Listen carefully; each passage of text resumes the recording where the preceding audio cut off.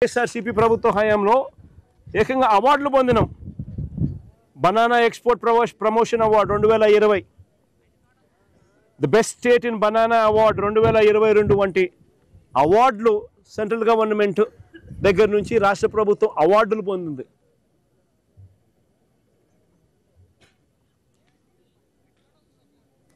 NCRB, ICAR, national research centre for banana, NCRB and association of banana exporters award.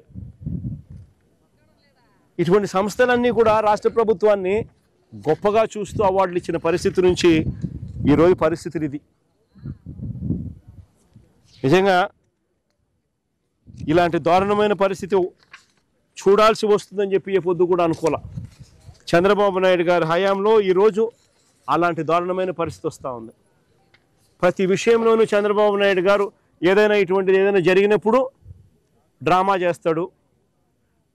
వెంటనే చేసేస్తాము, వెంటనే 10,000 మంది రైతులతో ఫోన్లో మాట్లాడాడు అంటాడు.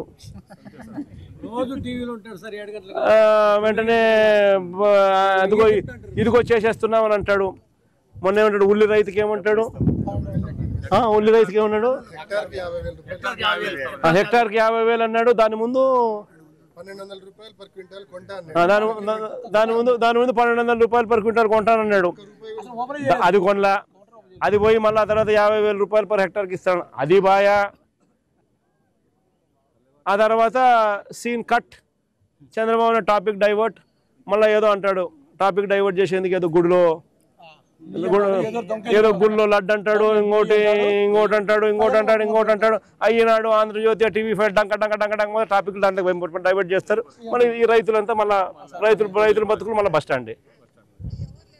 పొగాకు రైతులైనా అంతే, పొగాకు రైతులైనా అంతే, ఉల్లి రైతులైనా అంతే,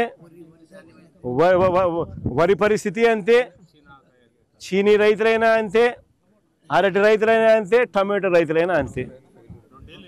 అసలు ఏ పంటలకు కూడా గిట్టుబాటు ధర రాకపోయినా కానీ ఈనాడు, ఆంధ్రజ్యోతి, టీవీ5, దొంగల ముఠ వీళ్ళంతా కలిసి రాష్ట్రాన్ని లూటీ చేస్తారు. లూటీ చేసిన సొమ్ముని వీళ్ళంతా కలిసి పంచుకుంటారు.